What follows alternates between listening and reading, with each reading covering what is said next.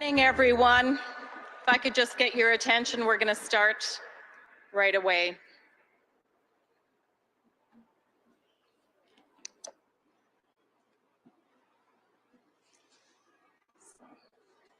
Good morning, and thank you for joining us on what I believe to be a historic day for the Stollery Children's Hospital. I am joined today by MLA Martin Long, who's the Parliamentary Secretary for Rural Health, by Dr. Lyle Oberg, the Executive Board Chair for the Alberta Health Services, by Karen Falkner, the Interim CEO of the Stollery Children's Hospital Foundation.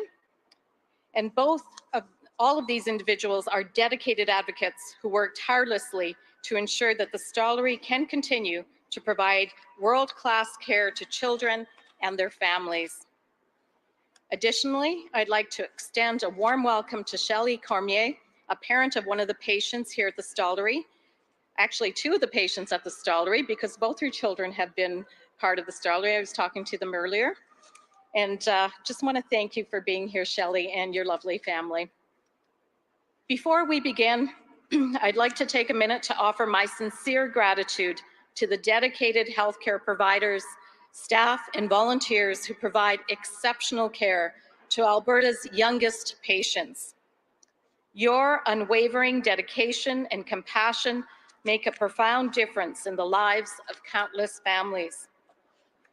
The Stollery has not only some of the brightest minds in medicine, but it also excels in providing patients and families with the intangibles, with kindness, with empathy, and maybe most importantly, with hope. The team here at the Stollery meets children and their families during some of their darkest moments, moments filled with worry, with uncertainty, and fear of the unknown. In times of crisis, the intangible aspects of care matter greatly. And for that, I say thank you. And I know everyone here thanks you as well. The Stollery Children's Hospital receives more than 300,000 children annually. Can you imagine? 300,000 children cross through these doors. And actually, they're spread out over 11 sites. It serves a geographical area of more than 500,000 square kilometers, and it has among the highest inpatient volumes of any children's hospital in Canada. While the staff go above and beyond to deliver world-class care, it is clear that more space is needed to support the growing number of patients and to ensure our providers can continue treating the unique and complex needs of children and young Albertans. Building a standalone Stollery will not only enhance pediatric care, but will also significantly contribute to broader patient capacity in Edmonton.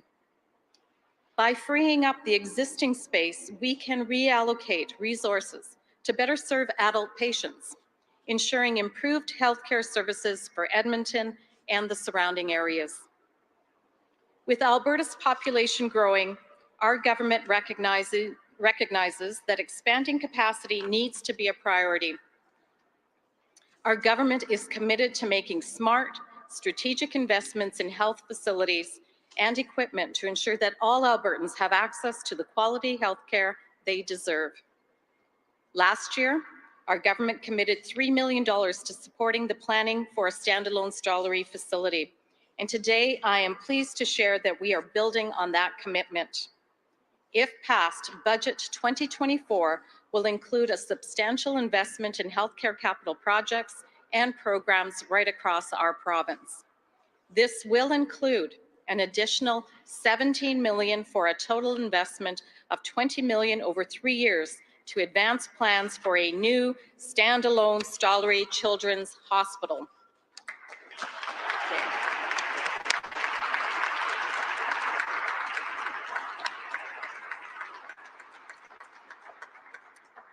To date, the planning process has been considering several needs and priorities, including increased capacity to serve Alberta's growing population, larger clinical spaces, more private rooms, and spaces built specifically for children and their families to support them during their time in the hospital. We want kids to be kids even while they're in the hospital. It is important that our plans put children and families first, while also recognizing the need to upgrade facilities so that healthcare providers can access new technologies and have the space they need to continue refining their skills and areas of expertise. A new standalone hospital has been a dream for many for a very long time, and we want to make that dream a reality. I'd like to recognize and thank those who have supported and advocated for a new facility over the years, especially our healthcare providers and the Stollery Hospital Foundation. Together, we will plan a state-of-the-art children's hospital that meets the needs of Albertans and ensures children receiving care can go on to lead long, healthy lives and become astronauts like this lovely young lady over here wants to be. Thank you. At this time, I'd like to invite Parliamentary Secretary Martin Long to say a few words. Again, thank you so much for being here.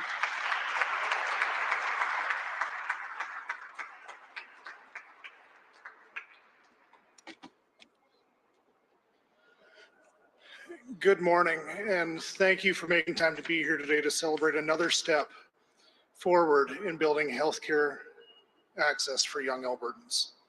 We'd like to echo Minister LaGrange's thanks to the staff at the Stollery and members of the Stollery Hospital Foundation who have been incredible advocates for children's health. The Stollery, as it stands, has an incredible impact on helping children and youth, guiding families through what are often stressful times. Its reach extends beyond the physical space itself, intricately connected with facilities across our province, including in the rural communities that I am so proud to represent as Parliamentary Secretary for Rural Health. I was recently on a tour in a facility in rural Alberta where the staff described their interaction with the Stollery.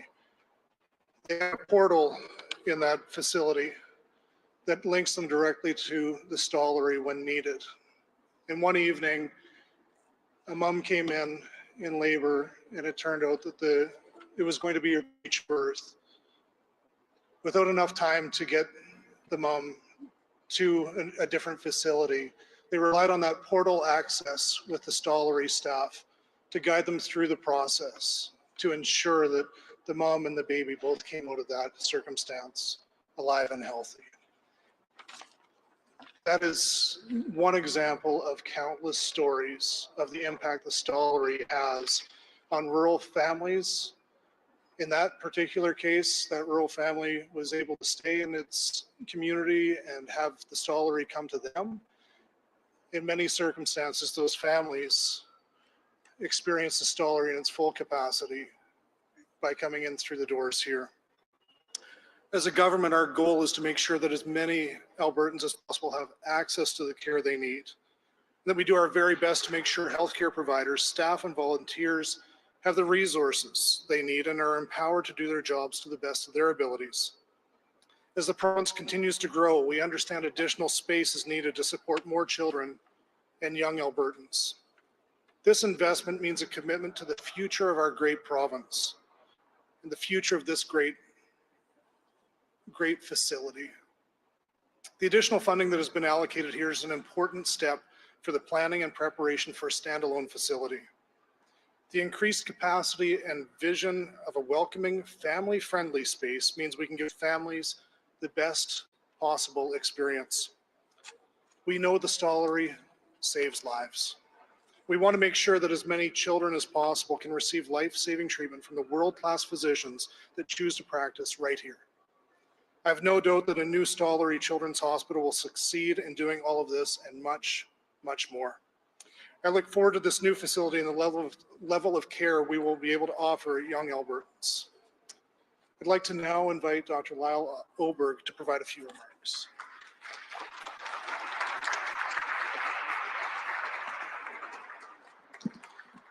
Thank you very much, Martin, and thank you very much to the Minister and to Karen for inviting me here. This is a great day.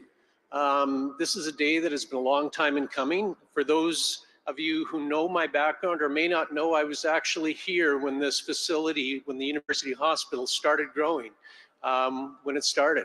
We then saw the Stollery join in as a hospital within a hospital. And now I think we're taking the next logical step, which is a standalone facility, a standalone children's hospital for the children of Alberta. And I just couldn't be happier.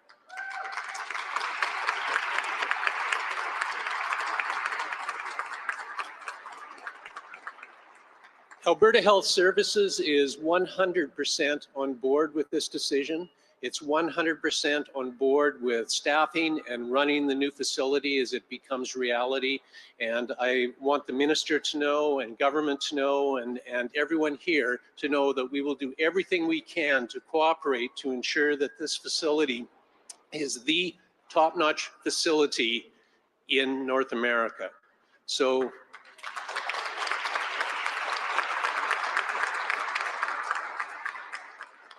I want to also personally thank two people, and I know I'm no longer in politics, but I do know the work that they've done, and I know the support that they have. I want to thank Premier Danielle Smith, and I want to thank Minister Adriana LaGrange for all the incredible work and advocacy they've done on this facility.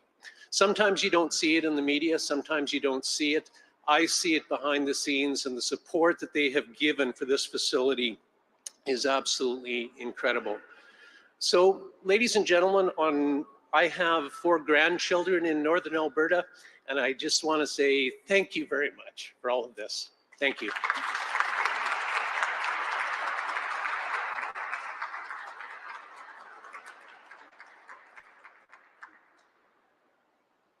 Hi there, I'm Karen Falkner. I'm the interim president and CEO of the Stollery Children's Hospital Foundation.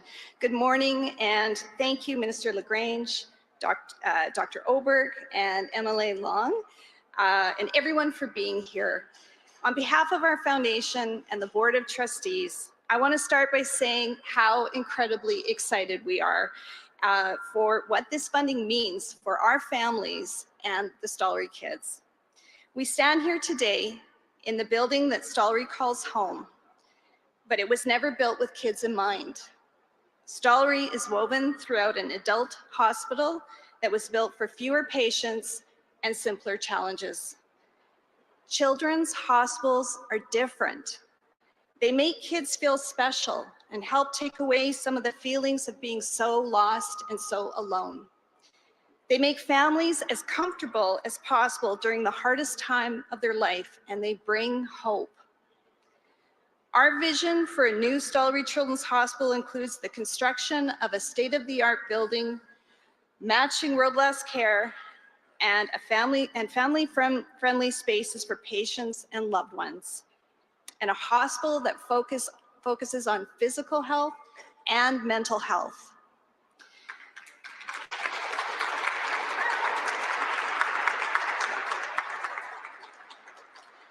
Today's announcement of continuing funding in the Alberta budget will take us one step closer to a new Stollery. To our community of supporters in backyards across Alberta who rallied to advocate for a new Stollery, thank you. Thank you for every lawn sign planted, every event held, every family story told, and every email sent to your MLA. You made this happen.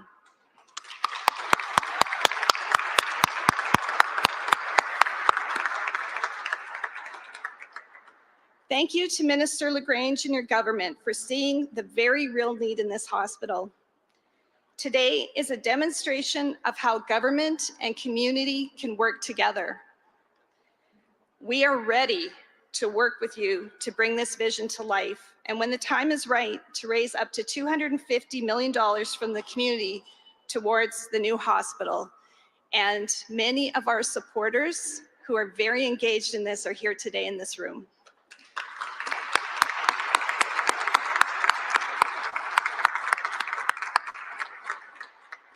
For now, I want to underscore the utmost gratitude to you and to the government of Alberta. This is absolutely, without a doubt, the best, most needed, most necessary step that can be taken right now for families across Alberta and beyond. Thank you.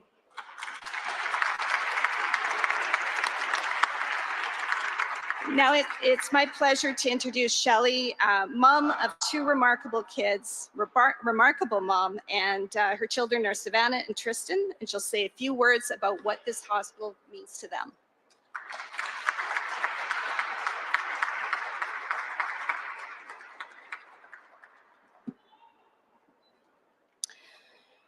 For more than a decade, I've walked the halls of the Stollery Children's Hospital, navigating the complexities of parenthood with 2 medically fragile children. Our journey began with Tristan, just a year old, facing severe anemia and seizures. It was a very challenging time for our family, one that saw us admitted to the Stollery for over a month. Then came our daughter, Savannah's diagnosis of juvenile idiopathic arthritis, uveitis, and glaucoma at the age of 5. Since then, we've leaned on the expertise of the specialists and the ongoing infusion treatments provided here at the Stollery. But our journey took an unexpected turn when our son, at 2.5 years old, suffered a tragic burn accident. For more than 30 days, we found ourselves again in the care of the Stollery, witnessing firsthand the dedication of its staff and life-saving procedures, including grafting and laser treatments and dozens of surgeries, alongside the Burn Treatment Center team. We're incredibly grateful for the specialists and the exceptional care provided by the Stollery team, yet alongside our gratitude lies a stark concern. Time and time again, we've witnessed incidents outside the hospital walls that no child should endure or see, from fistfights to drug use, from profanity to intoxication.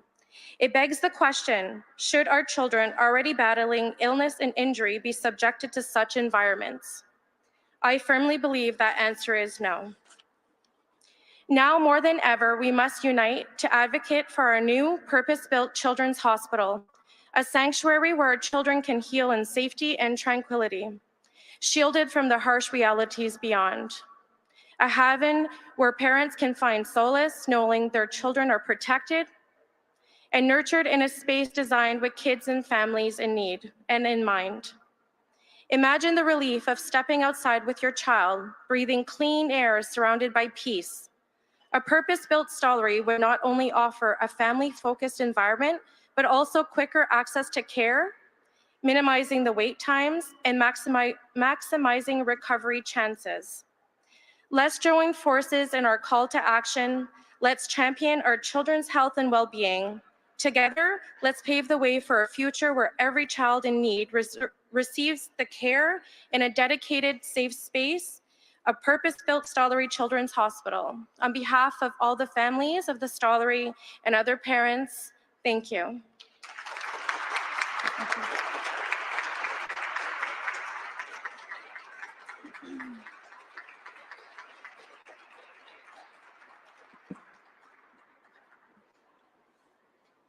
So I'm happy to take questions. I'll turn it over to Andrea right now. All right, thanks everyone. Just a note to any media in the room or on the phones that all of our speakers today are available to answer any questions you have. So with that being said, just a reminder, we're going to stick to 1 question and 1 follow-up, and please state your name and outlet for the record. If you're here in person, please line up at the mic, and we'll start with those in the room. So first at the mic, please go ahead. Hi, Minister. Brianna Karsten-Smith with Global Edmonton. I'll just pretend I can see you. Oh, there I can see you. Sorry. I want to start on the pharmacare opting out that you chatted about yesterday. Typically, when a province decides to opt out of a program, they're only allowed to seek compensation if they guarantee that the same spirit of the federal program is then enacted in the province. So I'm wondering if you'll commit to making drugs for both diabetes and birth control free to all Albertans who are not covered by opting out of this program. Well, Brianna, I'm sorry I can't see you, but I can hear your question. What I would say is that we already provide over 5,000 drugs through our robust pharmacare program here in Alberta, which include diabetes medication, which includes birth control medication. So we would be absolutely willing to enhance those programs All we need is the federal government to provide those dollars to us, and we will make sure that we enhance the programs, because we do have, as I specified yesterday in my interviews, that we have a very robust pharmacare program here in Alberta. So just clarifying, you are committing to making those 2 drugs free to anyone who's not covered?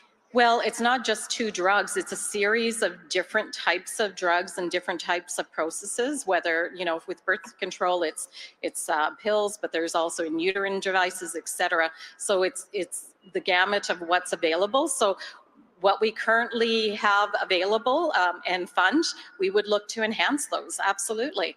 But we need the dollars to do that. We want to avoid the bureaucracy. I don't think the federal government understands that provinces do have processes in place. They have suppliers. They have an administrative network already set up, and they're looking to provide new, you know, something different, which adds bureaucracy and administrative burden on top of what we already have. So give us the dollars, we'll spend it in those areas. And I have to wonder, is this actual universal health care when in fact they're just providing in 2 specific areas, diabetes and birth control? My understanding of pharmacare and universal health care encompasses all medications.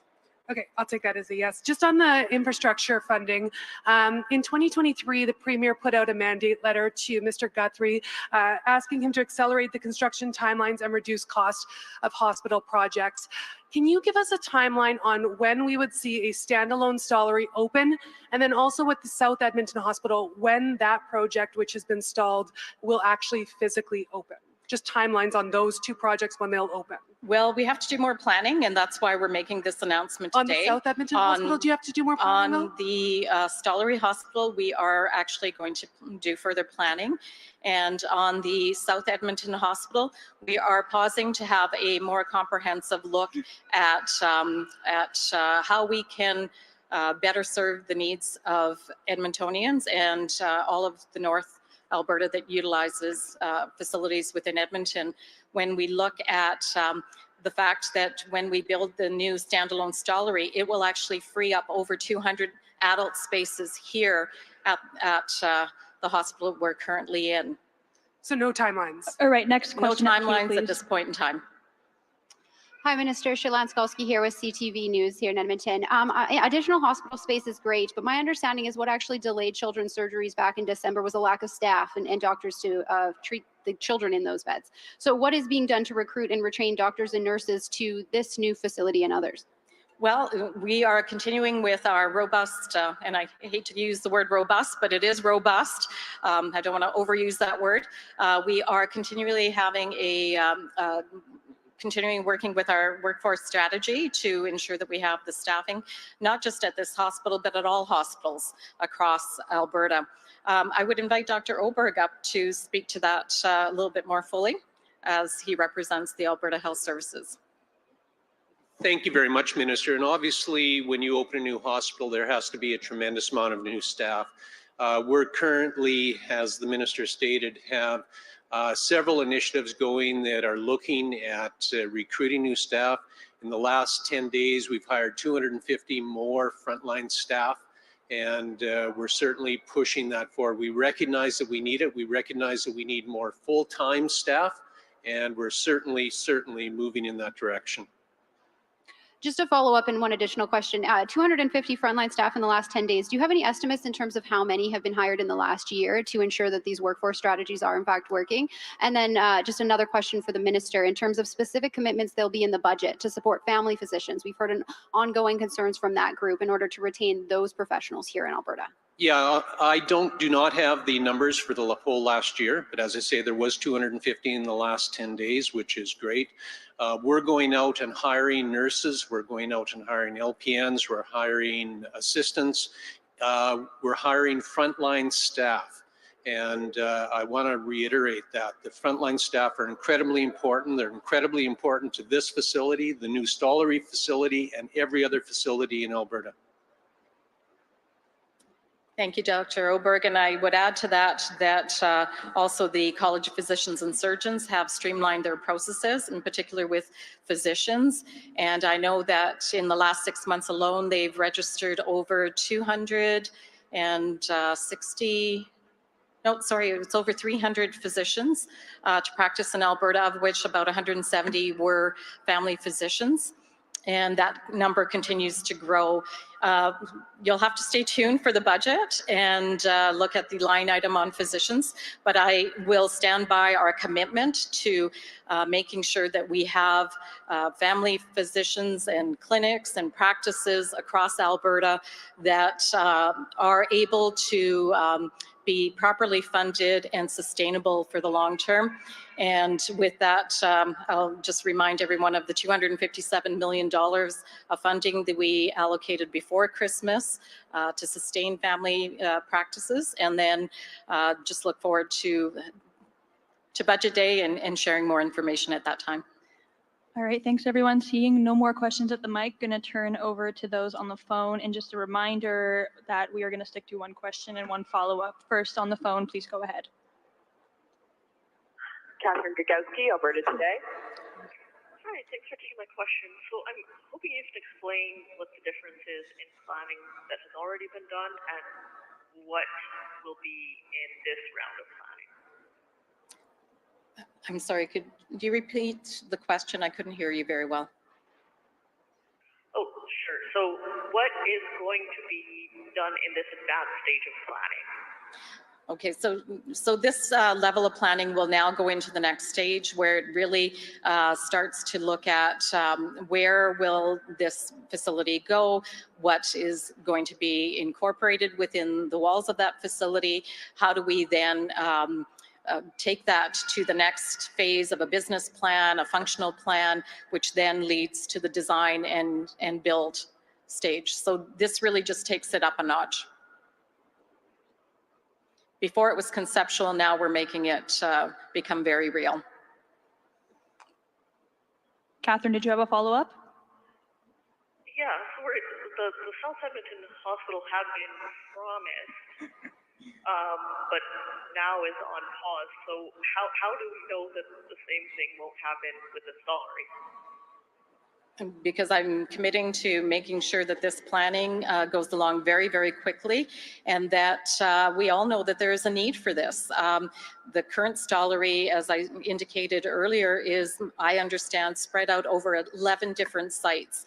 When I came to tour it here a few months ago, you know, we were walking all over the place, as was indicated by Shelley. You know, you're in amongst all the adults. There's, you know, the mental health space for children is very small, very limited. There's a huge need. When we look across Edmonton and surrounding area, there's many hospitals dedicated to adults. There's only one dedicated to children in the north, and that's the Stollery. It deserves to be a standalone, and we will make sure it happens. All right, operator, please put through the next in the queue. Rick Bell, Post Media. Good morning. I have a question. I'm not sure if it's for the health minister or for Dr. Oberg, for whom this will be a very familiar question from past days. What do you say to frontline healthcare workers, such as nurses, for instance, who want substantial pay increases in their negotiations and whose requests are far away from what the government is or AHS is currently offering? Well, they call it negotiations because that's exactly what happens. You negotiate. They start with a starting point. We start with the starting point, and then we get to hopefully what will be a happy medium. What I would say is nurses are valuable healthcare professionals. They do an amazing job. You know, I've got nurses in my family, in my extended family, et cetera, and all of us have interacted with nurses. They do a tremendous job, but we do have to go through the negotiation process and get to a place where we can all be happy and move forward. And supplementary, this budget that's coming out on Thursday, the Premier already indicated in the TV address there would have to be some restraint in spending. So given the fact that she said there has to be some restraint in spending, not cuts, but definitely reductions from spending increases of the past, how can you possibly get to a happy medium when I'm just doing a rough math? The happy medium for nurses would be like a 10% or 15% pay raise this year. So yes, it's negotiations, but how firm a line in the sand are you going to draw when it comes to these this bargaining? Well, negotiations, as I said, Rick, are just that. They're a back and forth, and I know, having been involved in negotiations throughout my time as education minister and previously when I was school board trustee, there's a lot of back and forth. There's a lot of give and take. There's also, items that are of a monetary value, but there's always what are considered no-cost items, but there's always a cost to those as well. I don't want to preempt the negotiations, so I'll leave it to the negotiators to come up with a settlement that works for everyone. All right, thanks everyone. Noting we have no one else in the queue, that wraps up our press conference today. Thanks everyone for coming out. Thank you.